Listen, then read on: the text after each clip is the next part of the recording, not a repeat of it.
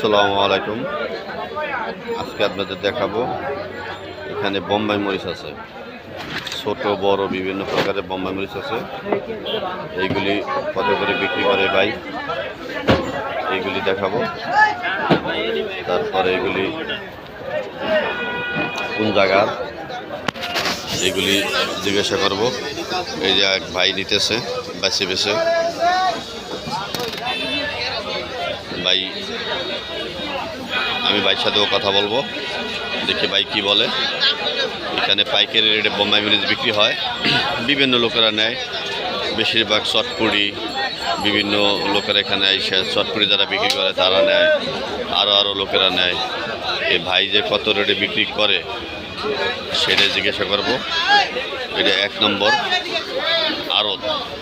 আড়তে, এই 1 নম্বর আড়ত থেকে আমি দেখাইতেছি আপনাদের।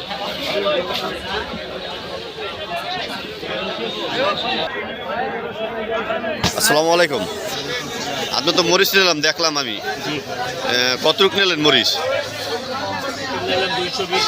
220 টাকার কতটুক? 250 গ্রাম। এই মরিচটা অনেক ভালো, আশা করি ভালো ইনশাল্লাহ। এখানে তো মনে হয় বাজার করা হয় নাকি প্রতিনিয়ত? মাঝে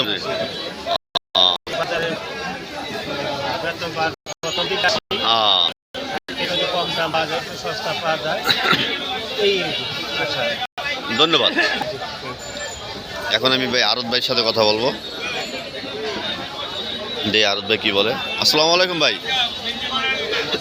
ভাই এখানে কি কেজি সর্বনিম্ন কতটুকু বিক্রি করা হয়?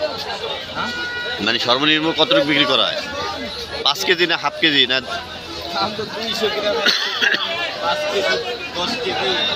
এখানে বড়গুলি কত করে ভাই কেজি? 350। আর ছোটগুলি?